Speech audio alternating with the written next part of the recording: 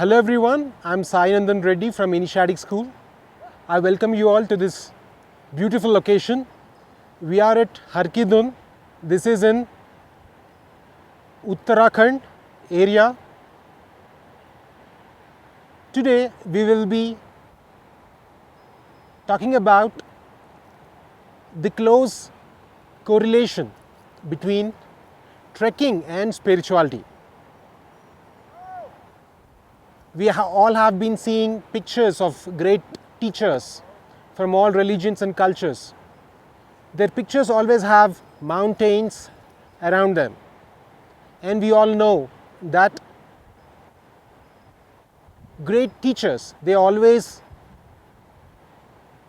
preferred secluded areas in the mountains. So there should be some importance to these mountains. So let us try to understand the correlation between these two, such as earth, water, fire, wind and space. We drink the water from the springs, from the streams while trekking, and that water greatly energizes us. And we put bonfires at night, and we are exposed to the winds, and we are in close touch with the earth and also space. Similarly, in spirituality also, we try to connect with the nature within us internally. Nature is one. It is existing both externally as well as internally. So when we connect ourselves with the nature around us, we automatically connect with the nature within us. So in this sense, both trekking and spirituality are very closely connected.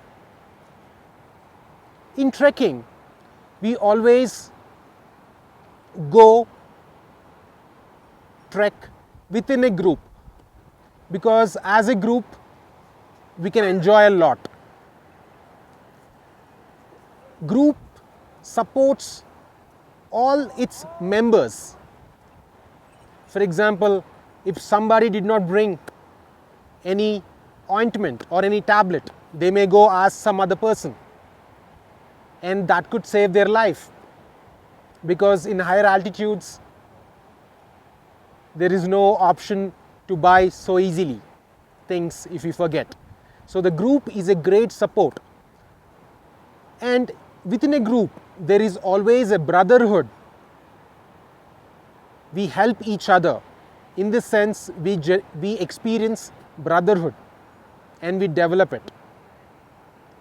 Similarly, in spirituality, we meditate as a group.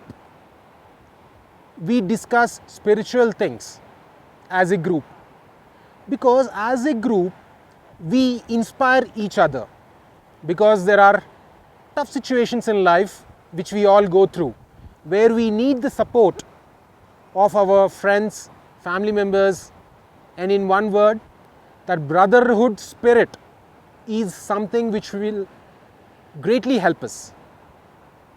So you can see the similarity between trekking and spirituality.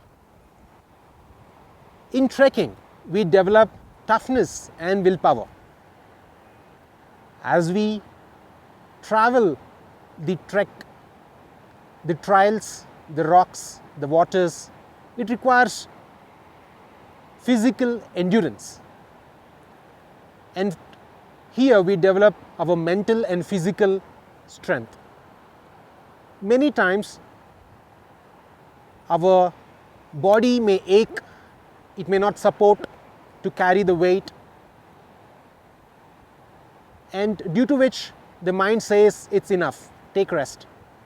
But then if we take rest, the weather may not be suitable, so we may not reach our destination where we have to halt for that night. So our toughness of the mind and body is developed in trekking. In spirituality too, we learn to overcome our hindrances and difficulties which the life puts before us, which the life serves us. So, as we overcome these difficulties, we develop toughness of our mind, emotions and body. So, both are very, very similar. During trekking, we carry our own weight as well as we carry extra luggage. And it's quite difficult to carry ourselves, but then we also carry the extra luggage.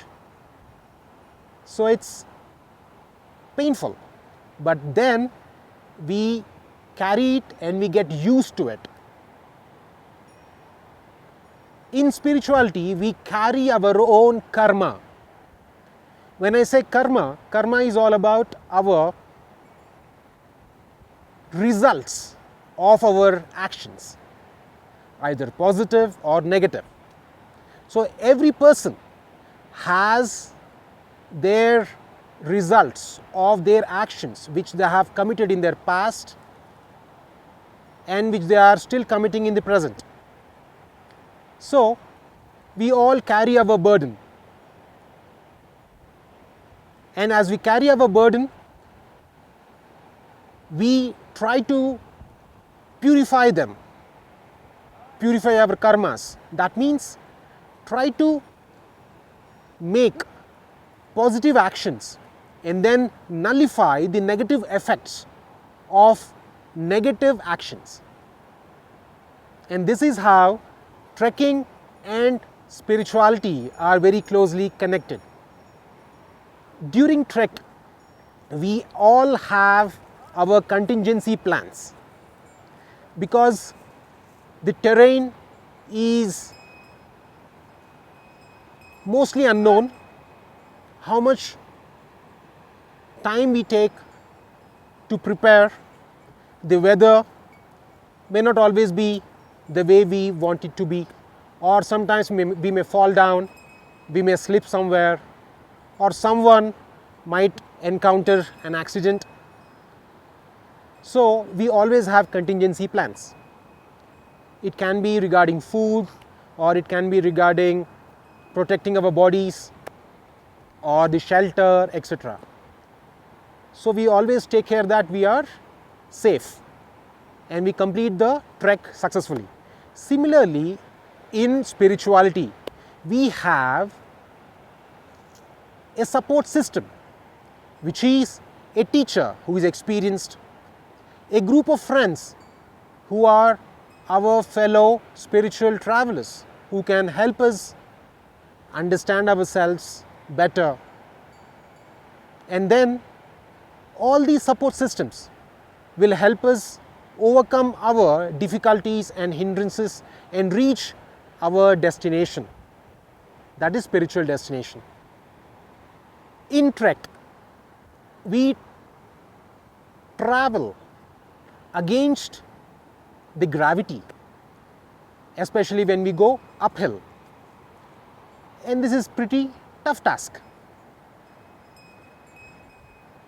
Similarly, in our spiritual journey, we learn to go against the downward pulls of our vices, of our subconscious drives and urges. So all the negative, unconscious thought patterns are a kind of energy which pulls us down. So in spiritual striving, we put our efforts so that we overcome these negative downward pulls. So in this sense, both trekking and spirituality are very closely connected. During trek, things will not be the same as we have thought about before the trek.